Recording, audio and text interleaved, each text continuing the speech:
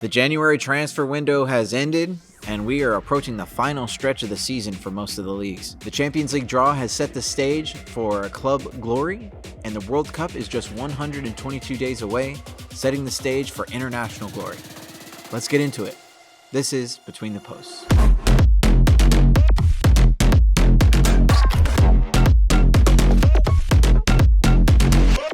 Welcome back to Between the Posts, everybody. We're back. It's been a little while. It's been so long, man. It's been about a month. It's been about a month, but we appreciate you.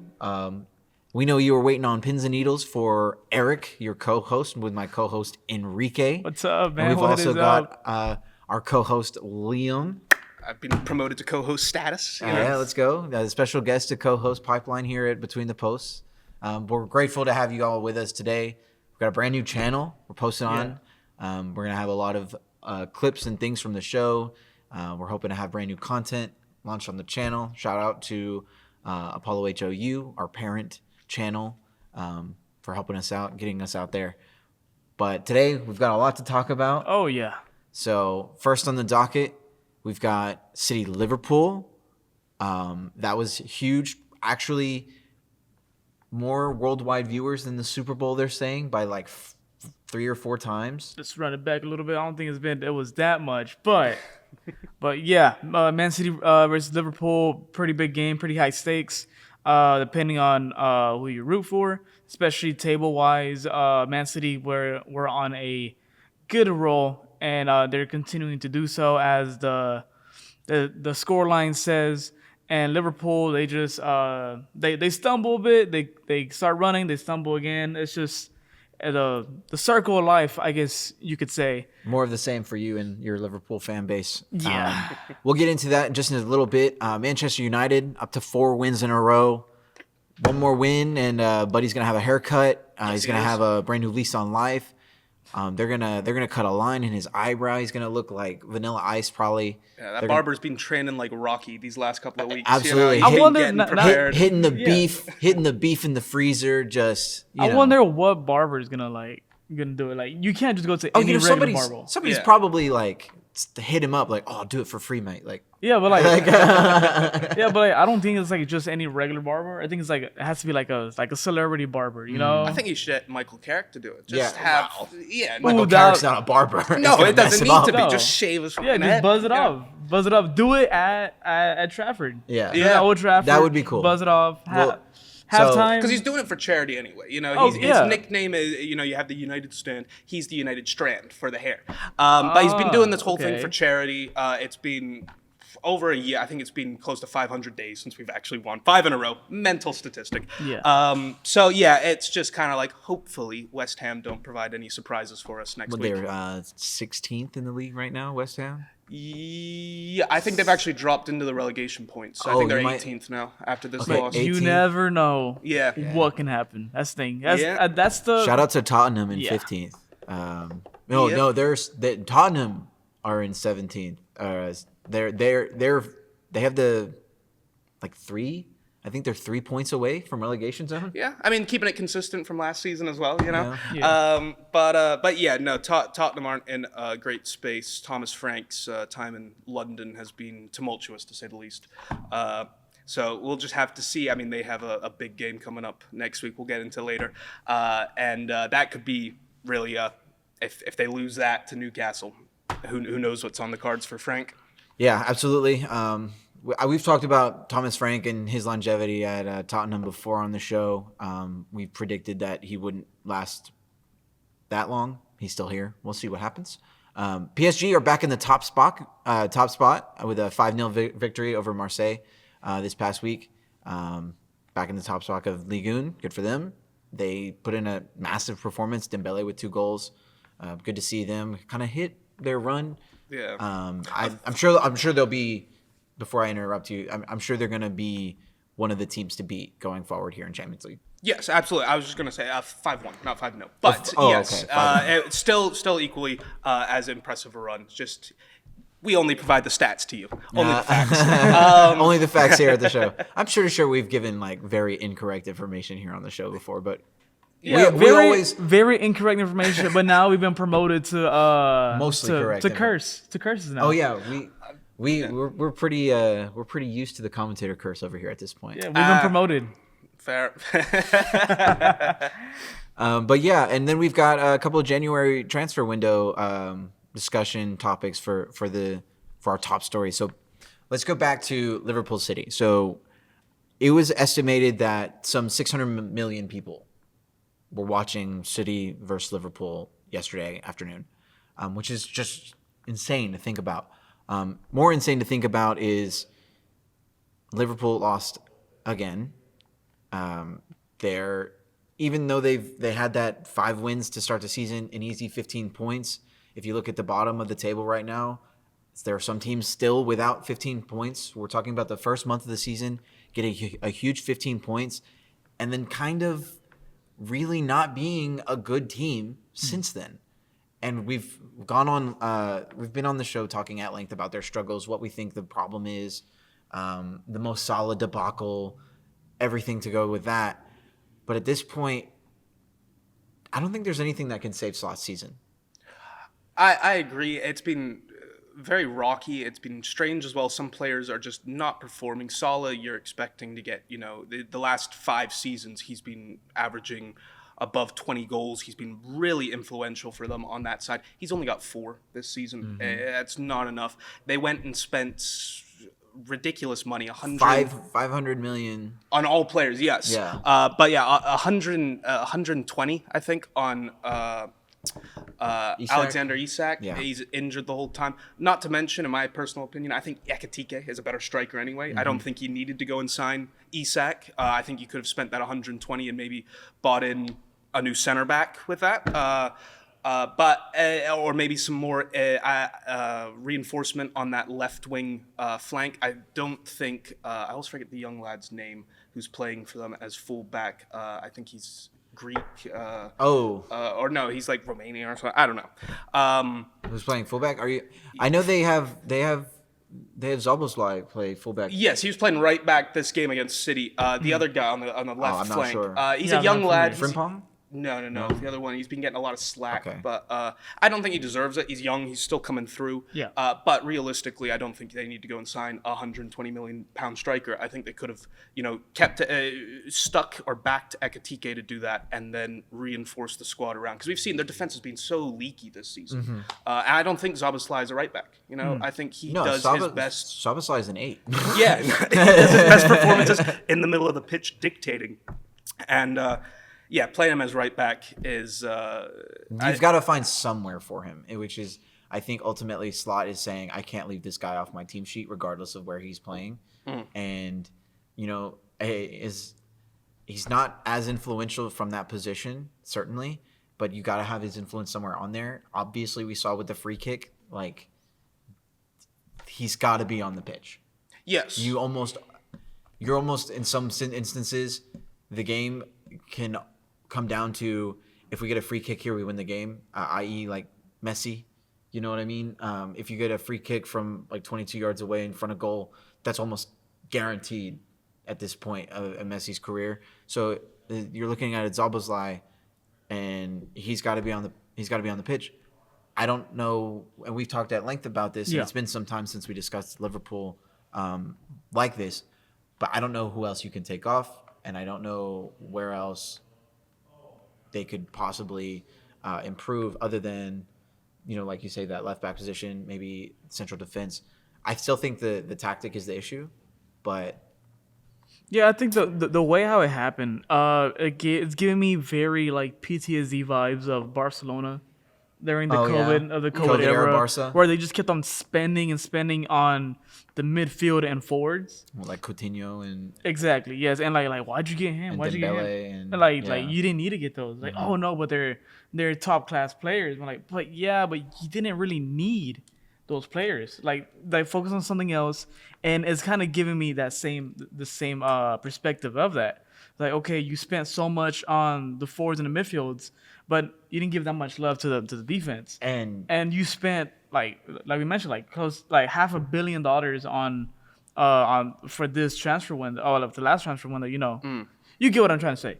But the product's not there. The names and the recognition is there. The accolades are there, but the performance their performance not there. So maybe you know how I mentioned at the very beginning, I'm like, oh, we're still in that rebuild era, but like there's nothing's really showing for it. Like it's a drastic change for me from how I started the season with them, but like there's no change, and like I'm like the glass is full and like my hands on the button. But it's not fully pressed yet. I'm waiting for like the commander in chief to like, hey, like, all right, press it. Yeah, Like, and they're still in the FA Cup. They're still in the Champions League. You know, if Liverpool went and they finish, you know, sixth, realistically in the English league right now, you're looking at top 5. You're going to get Champions League because of the coefficient factor. If they finish outside that top 5, they finish sixth. They very well could but win you Europa win- League and get themselves a Champions League spot regardless. Yeah, no, they're in Champions League right now still. No, I know, but for for the the next- following season. Oh, next yes, no, absolutely. It's just, do you stick? Like if Slot wins Champions League this season with Liverpool, don't think it's happening. If he does, you stick with him. If he goes Obviously. and loses Champions League, he gets knocked out early in the next. But you win round, FA. and you win FA.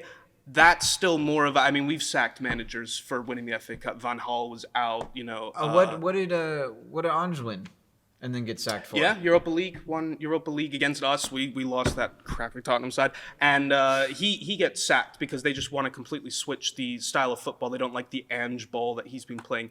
But yeah, I think Slot's right now still getting that he's won the Prem. You know, only one other Liverpool Premier League manager had done that. Klopp. He has that kind of status. But he needs to start showing some results, you know? It needs to start turning around quickly. And we thought, I mean, Szoboszlai scored arguably one of the best goals of the Premier League season. I mean, against pick a day. Pick a day, and Szoboszlai is scoring one of the greatest goals you've ever seen. Like, even for Hungary. Yeah, he's I mean, at this great point, player. I'm really upset because there was an episode earlier this year in which I stated that a friend of mine said that I looked like him, and all the YouTube comments, the YouTube comments said that I looked like him, and I told my friend, and she was like, they lied. The gaslight was crazy. The gaslight was like lit to the max. Yeah, bro. so I mean, I looked at him. I don't look at other dudes. I'm like, yeah, I look exactly like that guy. But Yeah. it wouldn't be the first Hungarian that somebody compared me to. But so Szoboszlai scores 75th minute. Liverpool just need to. I keep cursing. Sorry. Liverpool just need to pull back and kind of see out the game. 85th minute, 10 minutes later, Bernardo Silva gets in from a Holland dink and scores 1-1. His first goal of the season, by the way. Yeah, which that also shows potentially why, City haven't been on their roll. They've had some players that have been inconsistent. It's amazing this to season me as well. how a team that's only 6 points off the Premier League, first place lead, and we're like, they really haven't found it. Yeah, Yeah, no, like- that's how insane City They have really been. haven't found It it. hurts as a Man United fan, but these, I mean, you could argue the last decade. They've been really showing up. They've had the investment. They've had Guardiola. because they won a bunch of titles in the 2010s too. Yeah, Didn't? yeah.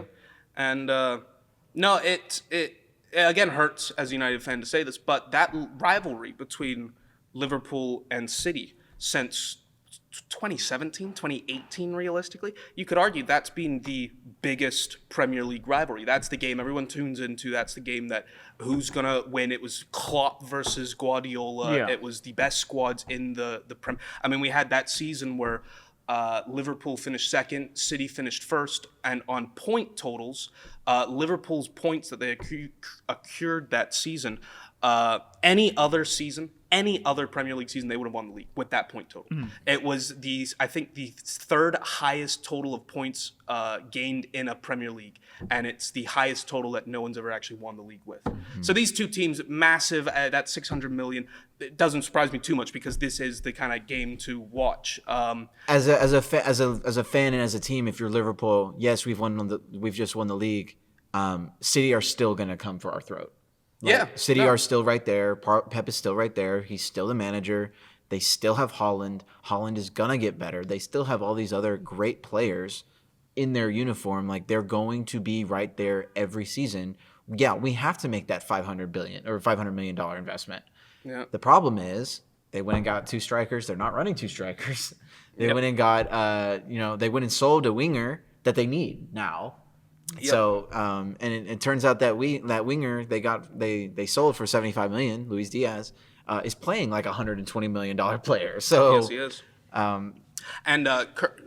And like I said, I wasn't criticizing, but Kirkez was the left back I was thinking of earlier. Kirkez, He's young, he has a lot of potential, but they have Robertson still there. That's the captain of my Scotland team, and it's like he's not getting a game in. It's like I think Slot is just so focused on his tactical approach. It's almost remind me a little bit of when we had our own Dutch manager, Ten Hag, where he is so determined to show that his style and his tactics can work that he's a little bit afraid to just say, let me push this to the side for this game. Let me focus on getting 3 points here. Yeah. Let me focus on actually winning this game. There's going to be games that you can go and dominate as a Liverpool team and win 5-0, and you can control 60% of the possession. But there's going to be other games that you're going to just have to grit your teeth. Every team has those. Ours, we famously, against Spurs, we've actually just won and beaten them. But we hadn't beaten we hadn't got a win against Spurs since 2022. That was just a bogey team for us. Brighton, another brilliant team that we always seem to struggle with. You just got to go and get the result. You got to just go and grit your teeth and say, no matter what, we're getting 3 points here today, lads. We don't need to do all the flash and pomp and circumstance. It's like, let's just get in there and show them that we're the better team. Mm-hmm. Yeah. So that's where I feel Slot is starting to, rely too much on this structure that he's trying to form, and instead it's like just get your I think Robertson could still do a shift for them there, and the fact that he's not even getting a game, it's surprising to me at least. But for the City game, finally Nunez runs into the box, Alisson tries to sweep up, completely missed the ball, takes him out, penalty, Holland scores in the 92nd minute, and then everything goes awry. There is Liverpool pushing all the way up. Alisson's in the box trying to get a cross. Quick breakaway. City are on the halfway line. Bernardo rolls a ball through for Holland. Holland and Szoboszlai kind of have a coming together. Ball goes into the back of the net. Everyone thinks 3-1. City have won this. Ref then goes and pulls it back. Ref played on, by the way, originally. Played on. Ref goes back, listens to VAR, and all of a sudden, goal ruled out. Dominic Szoboszlai, straight red card. He's out for 3 games. And no one, the City fans weren't happy. They wanted that extra goal. They'd already won the game anyway. Liverpool aren't happy because they've just lost one of their best players for 3 straight games. As we've just talked about. It all went completely awry at the very end. Crazy ending to that game. And could be extremely big. I mean, if Liverpool go and lose their next 3 games, they're in a very tough situation. Yeah. They're without their best player now. Probably without European football as well. It could be. It could be because it's a competitive league this year. It's very, very, So if you haven't seen the top of the league, Arsenal 56 points. Second in the league, Manchester City 50 points. Villa are right below that. 47. 47, and then everyone else is in between 39 and like 33. It's like a point or two difference of like it's switching. like 41 to 31 separates. Essentially 3 games separate like 12 teams. Yeah. It's pretty insane. It's pretty outstanding how the league has been full of parity this year. I've been really excited to watch all the matches because you never really, week in and week out, you don't know how the matches are actually going to impact the league table. Yeah, no, And exactly. It's been pretty impressive. Speaking of impressive, Manchester United 4 wins in a row against against the City team that we've talked about how impressive they are. And Arsenal. So we've knocked off some pretty good. Our 4 run it has 3 of the big 6. I'm doing quotes because sorry Tottenham.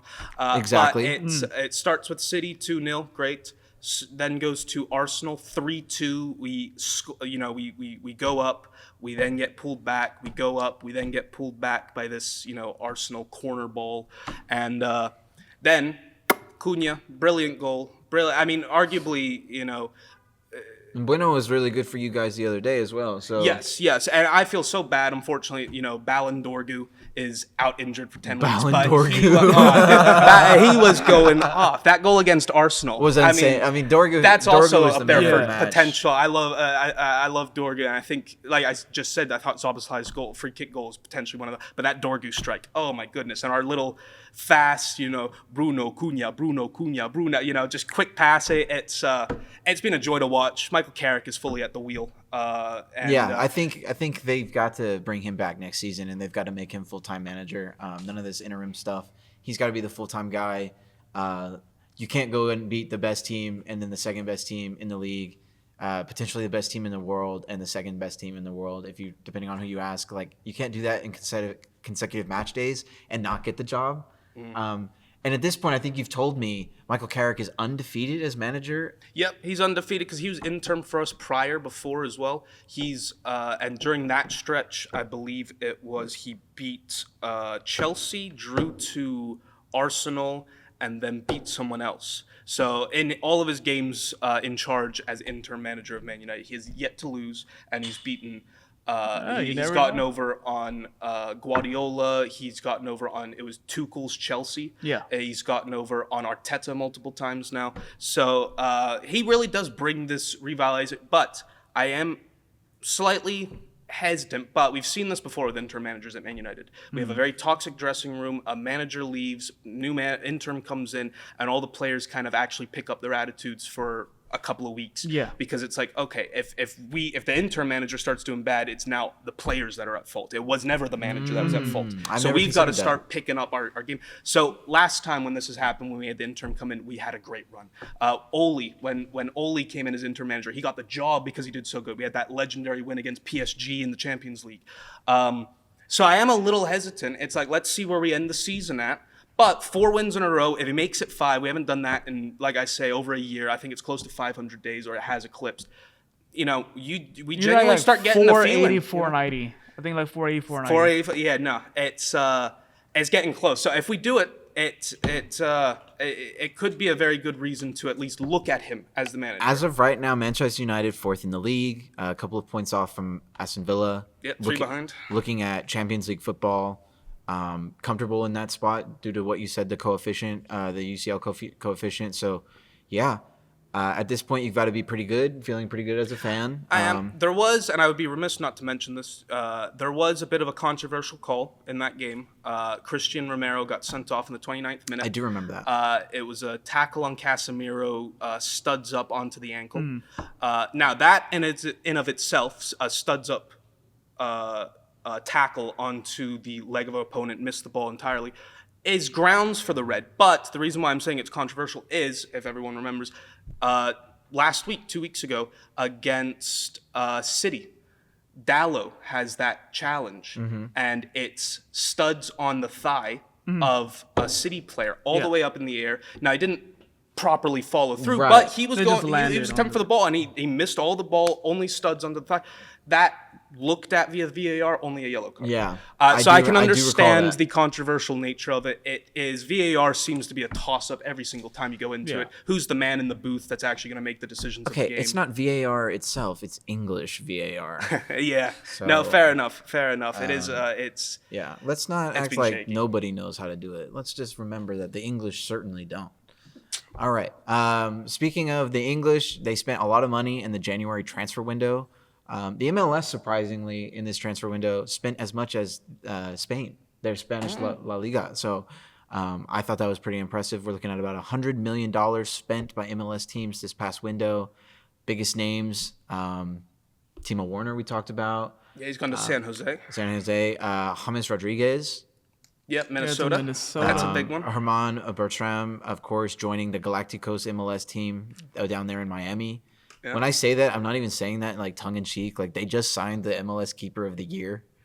Like no, they're building.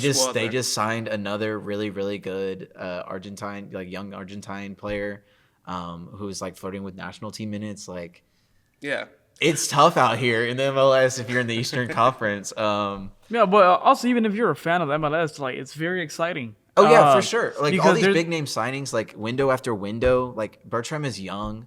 Werner is young. James Rodriguez is still a huge piece of that Colombian team. Yeah. Like Us as Houston have just gone and got our guy back. Hector Yep. Herrera is back, Achacha is back for another stint with, which is huge because Artur is hurt.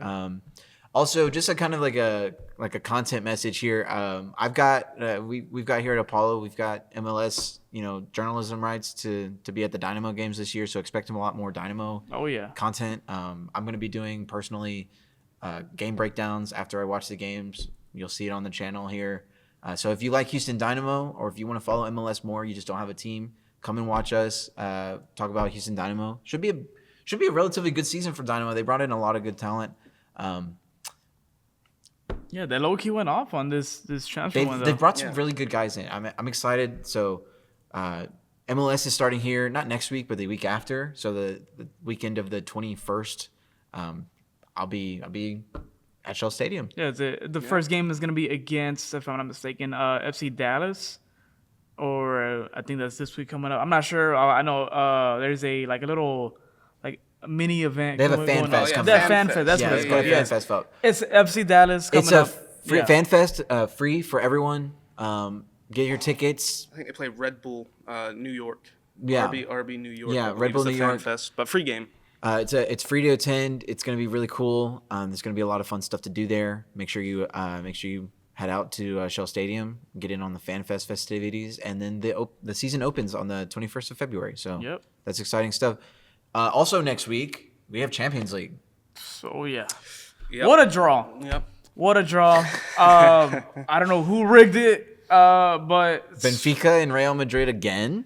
Yeah. Chef's Mourinho kiss, man. returns. The return of Mourinho is return of the Mac, dude. Oh my god, man! I And can't. then I think I'm we so also excited have for this. we also have a Ligue 1, all Ligue 1 Monaco PSG.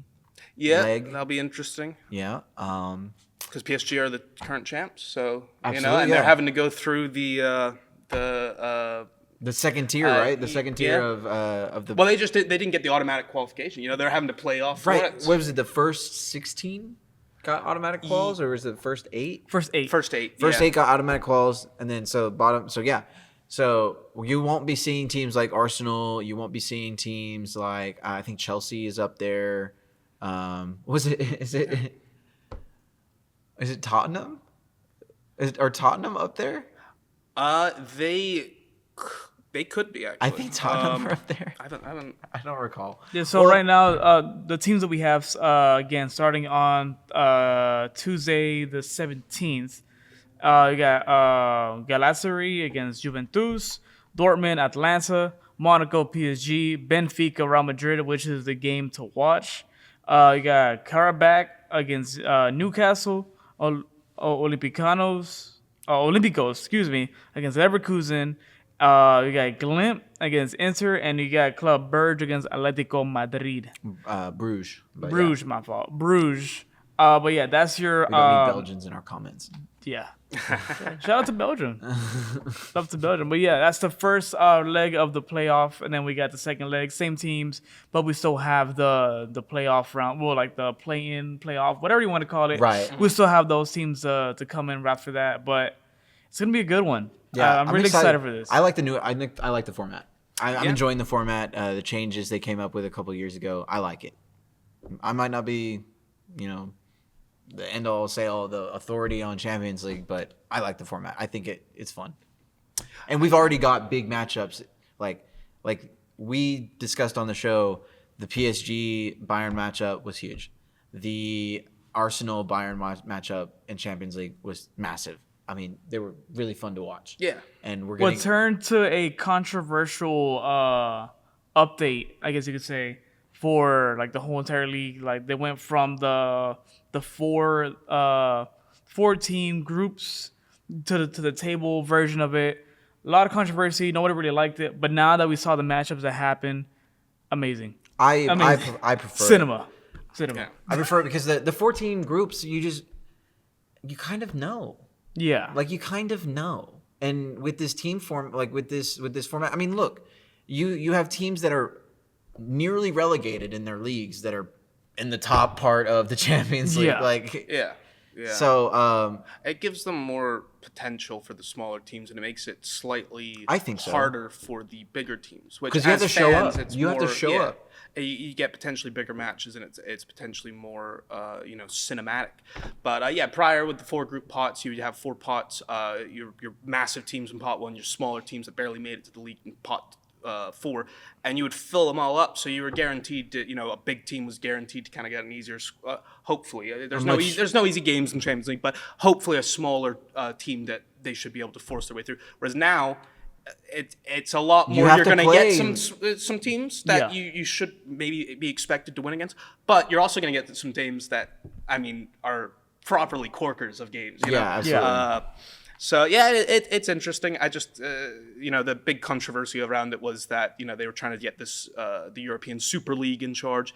That backfired. All these sackings went around for technical agents. We got rid of our guy Ed Woodward because of that, because he was trying to force United into that. But the format of the Super League was going to be a table structure, just like that, guaranteed positions for teams that were always going to be in it. Champions League's not like that. You still have to always qualify for the Champions League. Right. But the table format that they switched to felt a little bit too much like the Super League. That was why everyone was a little upset. And with so many teams being invited to Champions League now, like you said, there's now likely a 5th spot in the Premier League. I know that there's likely a 5th spot in some of the other big leagues. Like if I had to choose, like I would pick a 5th Italian team, or maybe even a 5th, La Liga team. Certainly Villarreal have been really good this year. It's hard to keep Athletic Madrid out, but if there's a 5th team that turns out, in La Liga that's like, hey, we're also having a really great season, I wouldn't feel bad about including them. Yeah, no, I really like the development that the Italian league's been going through. I think in the last 6 years, they've had 3 different champions. You've had Inter, AC, and Juventus. And Napoli as well. Obviously, Napoli just won it last year with Scott McTominay and co. So I like it. It's been a lot more kind of, when I was growing up, when I was a younger lad, you had that stretch. I think it was 9 in a row for Juventus. Mm-hmm. Yeah. They were just such a dominating team. They had, Vidal. They had Pirlo, Buffon in goal. You had Chiellini and Bonucci. It was just a great team. But now you feel there's so many good teams in that league now that the kind of quality coming from all sides. You got small teams. Atlanta is still in the Champions League. Atalanta, yeah. Atalanta, they just sold Lookman. Lookman was really, really good for them. They showed Diego Simeone, his reaction to Lookman, and Simeone looked like he just saw the greatest thing he had ever seen, and was like in just utter disbelief. It's like a breath of fresh air. Yeah, for him. Yeah. And for that team, so good for them. Glad to see him over there. There's a lot of big transfers that we're obviously going to have to talk about, and we'll be talking about as they make their impacts throughout the rest of the season. We talked about the Man City transfer from Bournemouth. Oh, yeah, Semenyo. Semenyo's been a good one. I always find it funny. A little fun fact about the Semenyo transfer. He signed from Bournemouth. He was already confirmed. The City had finalized the deal, contract on the table, everything's golden. But Pep had delayed the transfer from Bournemouth because Bournemouth were playing Arsenal, and he wanted Semenyo to be available to try and get some points off of Arsenal. Arsenal won the game, but it was gamesmanship at its finest. It shows how much Pep is like fully involved. He's trying just to win that guy. on all fronts. He is that guy. He is 100% that guy.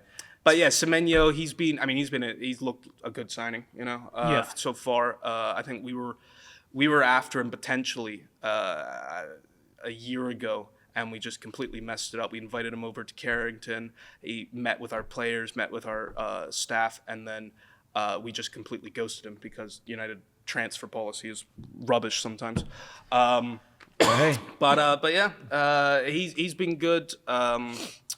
You mentioned Lookman. He's moved. I've heard a rumor. I don't know if it's fully true yet, but Mateta was going to transfer from Palace to AC Milan, and I've heard that he has failed that medical, and that transfer is potentially off now. Now, the AC Milan medical is infamously notorious for how difficult it is Wow. sometimes. Okay. But that transfer could be off. I'm not Fabrizio Romano, so don't take this as not the Fabrizio. gospel truth. But I've heard that Fabrizio one sometimes is wrong too, so who knows? But what's that parody account? Oh That's yeah, the parody account is great. I think it's German. I think it's a German account. I don't know. They always post German players and things like that, but it's funny. There's a lot of them. There's a lot of Fabrizio parody accounts. I think some of them are pretty good. My favorite one is that one. Hater Central? The one kid. He's like, instead of saying that here we go, it's there we land. There we land. There we land. Oh my god! But he's only on TikTok.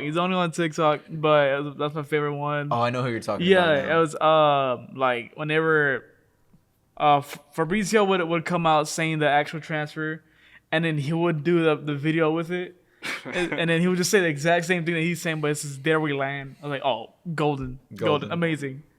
It was great There's stuff from that guy. A couple of great players that we want to spotlight from this past week. We're going to introduce some kind of new stuff to the show. We're going to do a player spotlight, team spotlight, match of the week kind of thing. First player I want to, personally, because I just thought his performance was 10 out of 10, regardless of what SofaScore thinks or whatever scoring. Luis Diaz was involved in every goal in the 5-1 win for the Bundesliga champions Bayern Munich. He caused the 2 penalties in the box where Harry Kane converted the 2 goals, and he also scored a hat trick himself. In my book, that's 3 goals, 2 assists. That's an insane performance. Luis Diaz, you are a player of the week. Another player of the week, we talked about it, Dominic Szoboszlai. Yeah, it's a little hard to rank him higher solely because he did get sent off. He looked great for that team, and he was one of the only ones that was properly hustling. But great goal, unfortunate sending off. To me, I'm highlighting Dominic Szoboszlai because it's his 4th goal from a direct free kick this season for Liverpool. That's the most by a Liverpool player since 2012-2013 when Luis Suarez did it. Yeah. So yeah, we're in February. This guy says something because I didn't even think of Suarez. I always think of Coutinho on free kicks for Liverpool. He was incredible sometimes, and the fact that 4. We're not talking about. Or who was the other one too? Oh no, we're only talking about Liverpool. I'm talking about all of Premier. But you said free kick. I think of Payet. Yeah, Payet, he was good. Yeah, James Ward-Prowse. But continue with but we're talking about players that. This is really good company to be a part of, and we talked about Donnarumma was nailed to the spot on the free kick. Didn't even move. Yeah, did not even. Couldn't even react. So, and it went away from the it went away from the. Oh yeah, it was proper knuckle. It's not knuckleball. He didn't curl it. Technical ability through the roof. And if go and watch his other free kicks this season, you're watching It's just class. It's top class. It's like Steph Curry from half court. It's unbelievable stuff. So Dominic Szoboszlai, you got praise from me this week. Just another really great performance as far as free kicks are concerned.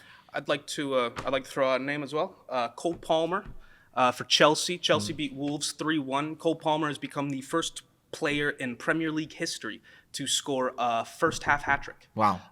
First ever. Yeah. So I think we've got to mention that. Absolutely. Two penalties and nice. His third goal to complete the hat trick was played into the box, and he smashed it into the roof of the net. Overall, I know some people have been a little harsh on Palmer. I think a majority of his goals for Chelsea have been from the penalty spot, but you've got to convert. You've got to score them. Just because you've got the chance, you still need to score those opportunities. So I think he gets mentioned as well for sure. He's been got a player in there you want to throw out? Dude, I'm blanking on his name, bro. Oh my goodness, and he's a Mexican player. It's not Mora, Saudi League. I think I know. Dude, oh my goodness, I'm blanking out on his name, and I had it, but overtakes Ronaldo on goals for the season. He caught up to him quick too. Now he's at 57 goals or 58, or he's about to hit 60. with 54 games played. The stats crazy. Yeah. Like like 2-1, like 2-1 goals contributions each match that he's playing, or even assists adding on to that. Just He's playing out of his mind in Saudi League. crazy. Wow. If he does not get the call up for the World Cup, I totally understand for the whole like the tour that Mexico has, and Mexican tour, whatever they want to do for the friendlies going on. I get that. But if this man does not get a call up for the World Cup, bro, At least your whatever that 30-man preliminary 30. roster that they do, because I think you can bring 28 total players, 2 alternates, a 26-man team. So if he's not at least in that pool of like 35 names, you have to be there. Yeah. And I love the fact what Mexico are doing now. They went away from the born in Mexico, made in Mexico type thing. Now we're pulling a France where we're bringing like majority of the team is now dual national. Mm-hmm. I really love that, but that's a topic for another episode that we get into later on. A lot of U.S. members are doing that too. Yeah. We took 3 of them. I think are you thinking of Quinhos? Yes. Julian Quinhos? Yes. I was thinking of Quintero, but whole different guy. But yeah, and he'll probably, now that he's gotten ahead of Ronaldo on goals, he'll probably stay ahead of Ronaldo on goals, considering the guy's on strike over in the Saudi League. Yes, that's what you get. Potential rumors of Messi and Ronaldo at the end of their careers playing together in Miami. I would dead those rumors on arrival on hearing them on your ears. However, they do exist.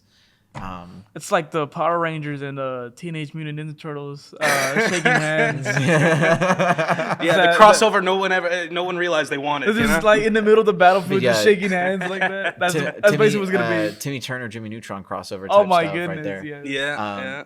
But let's get out of here. We're gonna do some matchups of the week, some match of the week for the Premier League. Their match day 26.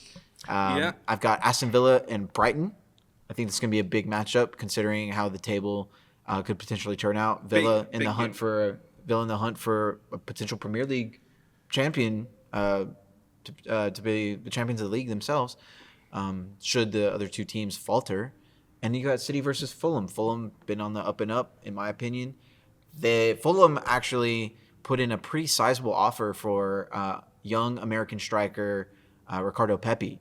So we'll see if Pepi decides to move on from PSV. I think that could be a really, really good move for Pepi and Fulham. Pepi has a very, very similar physical profile to Raul Jimenez. And he's also a very good finisher in the way that Jimenez is a very good finisher as well. So I think potentially you could have some skillful overlap there if Jimenez falls off, or if he decides that he wants to move on as well. Or maybe you just want to have more of the same. Maybe you want to have a guy that is younger with fresher legs behind Jimenez that can get minutes. So good for Pepi if that happens. But for me, Fulham and City is going to be a big matchup in the Premier League. Aston Villa, Brighton. Yeah. Elsewhere in Serie A, Napoli, Roma, Inter, and Juventus. That's the game. Inter Juventus. That's the game. Yeah, that's a big one. Wait one sec.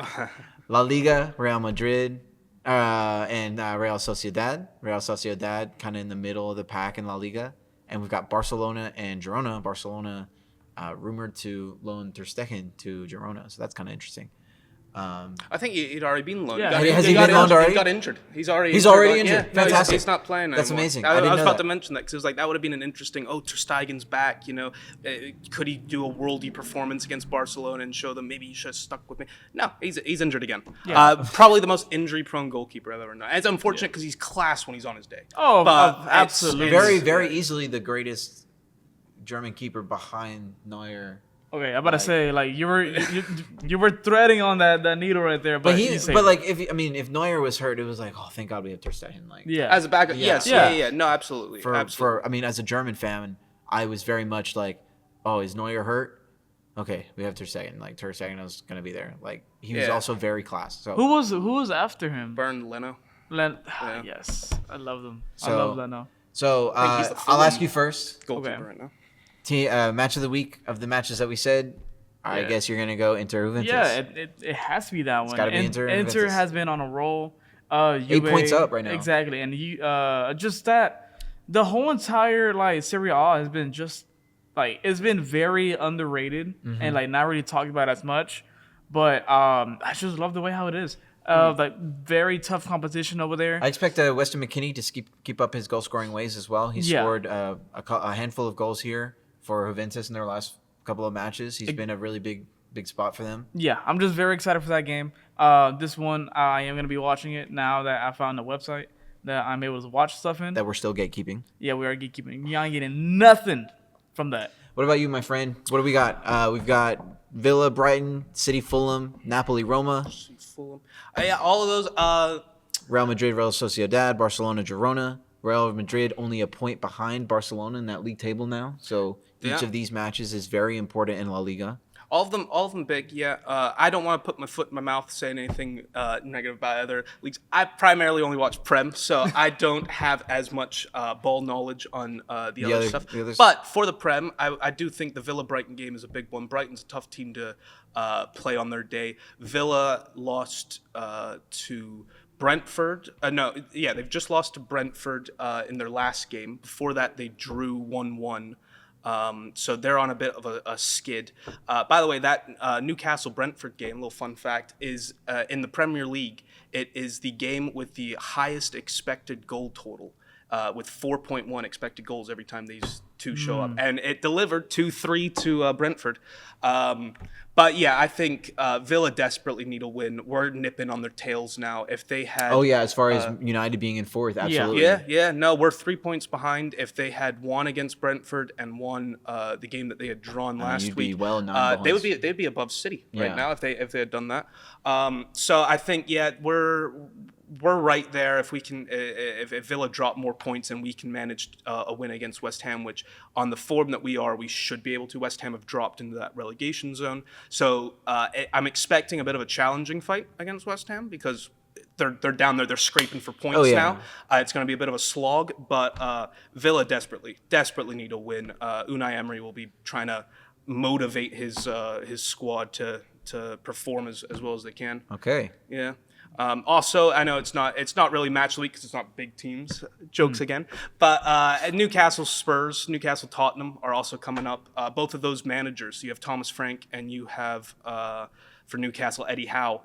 Eddie Howe, 3 games in a 3-game skid. They've lost to Liverpool, City, and now Brentford. So if they go and lose another, that's 4 in a row. Could be, looking at a time. Eddie Howe's been there since 2021. Wow, that would be a big change. Yeah, it would be a big change. They've really properly backed him since the Saudi takeover of the club. But with the amount of potential great managers open for roles, I mean, if England don't do great, Tuchel could be available after the England job. I mean, hell, Brazil doesn't do great. Ancelotti could be back. Klopp will be done with his sabbatical. Klopp would be back from his sabbatical. Xabi Alonso Luis Enrique might be leaving PSG from what I hear. Luis Enrique is going to leave PSG at the end of the season. So there could be the opportunity for change. And this is just my own kind of speculation because I want to see because I think it's interesting. Once Felipe Luis wins everything in Brazil, or like, do we see him leave, or do we see? Yeah. So, I mean, do we see him go and say, "I won everything in South America. Let me try Europe." Try North America. Let's go. Yeah, well, I don't see that happening. And another great coach who's available now, great manager who's available, Xabi Alonso. Yeah, free from Real Madrid now. You know, I mean, you don't go undefeated. You don't have an invincible season in the Bundesliga and be a bad manager. You know, it's Madrid that was the issue. And I don't think it was Xabi. And a lot of those players now find themselves on very, very talented Premier League rosters or other very high. Yeah, that team got gutted, unfortunately. I mean, it did. But they've all gone on to. None of them downgraded. Everyone was like, absolutely, "Oh my goodness, this is a player right here." But let us know in the comments what's your match day. What's your match of the day? What's your match of the week? Got some big matches next week. We'll be including those Premier League, not the Premier League, but the Champions League matches in our matches of the week. Yeah, that Benfica Real Madrid game could be a should cracker. Be good. Yeah, should be good. Especially if Jose's up to his usual antics along the touchline. It'd be hilarious. And start shushing them. Yeah. And who else was your player of the week? Who else would you like us to spotlight as a player? Who is tearing it up that we're not paying attention to? let us know down in the comments. We've got a brand new YouTube page that you're finding us on right here. Yep. We're going to be putting a bunch of new content on this page. But you can also find us on Twitter, Instagram, and TikTok. On Instagram, we are Between the Post Official. TikTok is the same thing, Between the Post Official. And then we are @_BTP Official on Twitter. You better find us all there. Thank you so much for watching. I've been Eric. Enrique. And Liam. Thank you all. See you next time. Take care. Peace.